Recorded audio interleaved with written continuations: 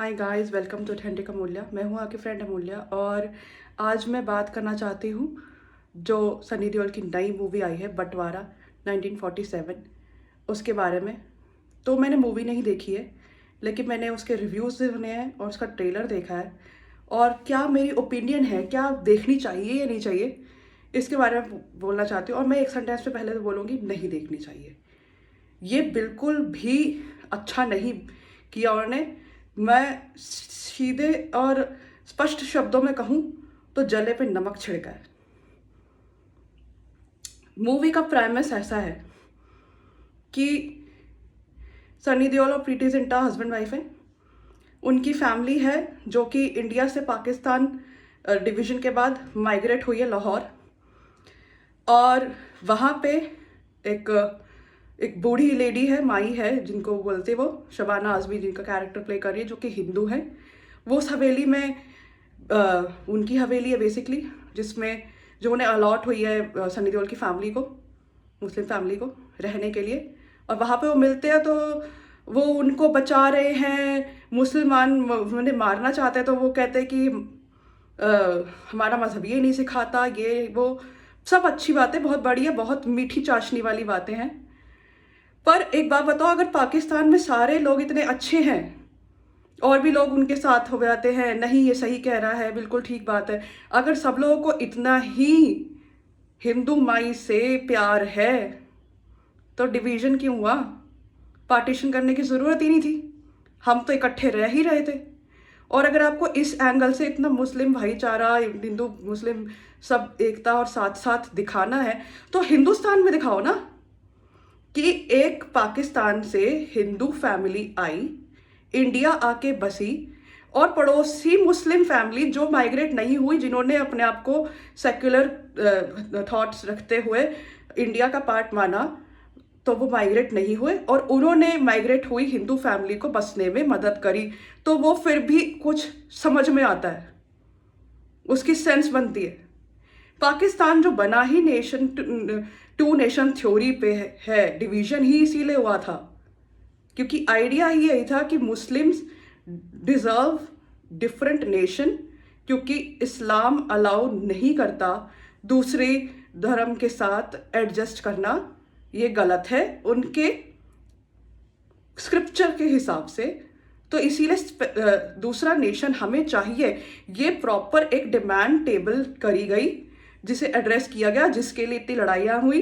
कांग्रेस से कट के मुस्लिम league form हुई और उसके बाद कितने मसाकर हुआ कि देश की आज़ादी ये नहीं कि मांगी और आसानी से मिल गई, दे दी, और डिवीजन मांगा और मिल गया। हजारों लाखों लोग मरे, कटे, जले, लोगों ने सुसाइड किया। रावी और चिनाब नदी में लोगों ने कूद के जाने दी हैं, उनका रंग लाल हो गया खून से। हिंदू और सिखों की एक दो नहीं, 21 ट्रेन्स कट के आई हैं, लाशों की लाशें कट के आई हैं। वाघा बॉर्डर पे भी ढेर लगा लाशों का, कटे हुए सरों का ढेर दूर दूर तक। और ये सब मुझे इसलिए और भी ज़्यादा दुख देता है क्योंकि मैं पंजाबी लड़की हूँ और मेरी जो फैमिली है, एंसेस्ट्री है, मेरे चारों ही ग्रैंड पेरेंट्स वो पाकिस्तान से माइग्रेट होके इंडिया आए, बसे। और क्यों आए, क्यों बसे? वो पाकिस्तान में अच्छे घरों में, उधर मतलब तब के इंडिया में, अनडिवाइडेड इंडिया में अच्छे से रह रहे थे, रातों रात भी भागो भागो मारने आ गए। ना हाथ में कोई पैसा, ना कुछ, जो हाथ लगा जितना लगा बैलगाड़ियों में लाद के कैसे तैसे जान बचा के आए हैं। और मेरी परनानी जी ने कहा, ये मेरी नानी की नरेशन है, she was just 10 years old, मेरी नानी, जब वो मतलब ऑब्वियसली विविड मेमोरी होती है ऐसे टाइम में, और इतना ट्रॉमेटिक इवेंट था कि लद के बैलगाड़ियों में जो सामान ट्रंकों में डाल के ला सके थोड़ा बहुत, रास्ते में खाने के लिए कुछ नहीं था,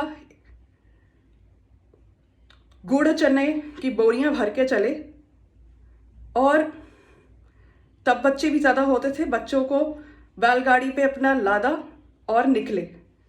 और कैसे तो छुपते छुपाते घास में, कभी मैदानों में, कैसे अपने आप को हाइड करते हुए ताकि कहीं मुस्लिम मारने ना आ जाए हिंदू सिखों को, अपने आप को बचाते हुए वो 40 दिन में सेफली पहुंचे अपना घर, अपनी ज़मीन, अपने खेत, अपना सब कुछ छोड़ के। ना कोई ऑक्यूपेशन, ना पैसा, ना जेवर, ना कुछ। जो थोड़ा बहुत कुछ गोल्ड अगर रहा होगा तो वो कुछ, जिसके बारे में कुछ ज़्यादा पता नहीं, क्योंकि हर कोई अमीर नहीं होता था तब। इतने मुश्किल से लोग पहुंचे हैं, आए हैं, क्या टूरिज्म करने आ रहे थे? Migration was a bloody event, खून से सना हुआ है ये। आप इसमें हंकी डोरी दिखा रहे हैं और प्ले की अडेप्टेशन जिन लाहौर नहीं वेख्या थे, जमिया ही नहीं का, बस आपने लिटरल अडेप्टेशन कर दिया और टीवी पे, अब सिनेमा हॉल में, और आप इसे ओटीटी पे ला देंगे और सोचेंगे कि सब, अरे सब ठीक है, सब चंगा सी, जे सब चंगा सी ते पार्टीशन की लोड़ ही नहीं सी। सारे बेवकूफ से उठ के चले आए, टूरिज्म करने आ रहे थे इंडिया। बहुत बहुत बहुत पुअर टेस्ट में ये मूवी बनाई गई है। अगर रियल में अगर आपने दिखाना था दुख दर्द हिंदुओं का, सिखों का, तो बताते कि क्या, किस तरीके से ब्रुटैलिटी से पार्टीशन हुआ है, डिवीजन हुआ है, और उसके बाद देश जो है आज आगे बढ़ रहा है फाइनली। बहुत समय लगा है। बहुत से लोगों ने बचपन में अपने नानी दादी से कहानियाँ, किस्से, परी कथाएं सुनी होंगी, हमने नहीं सुनी। हम जो बच्चे जो डिवीजन वाले ग्रैंड पेरेंट्स की पोते पोतिया, दोते दोतिया से हमने जो कहानियाँ सुनी हैं वो दर्दनाक कहानियाँ हैं। मेरी नानी तो स्पेशली, मुझे याद है, हमने तो कोई अच्छी कहानी नहीं सुनी। हमने सिर्फ डिवीजन, मार काट और खून खराबा और दुख, तकलीफ, वही कहानियां सुनी है।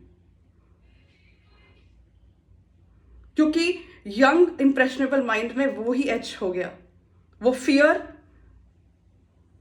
वो एंजाइटी, वो ट्रॉमा जो कभी हील ही नहीं हो सका। मेरे पास वर्ड्स कम पड़ रहे हैं इसको बयां करने में। I am literally shivering with anger. मुझे इतना बुरा लग रहा है।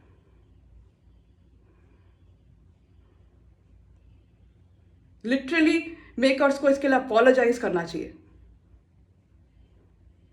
और थिएटर्स में कम फुटफॉल ने बता दिया है कि हिंदुस्तानी जनता आहत है इससे।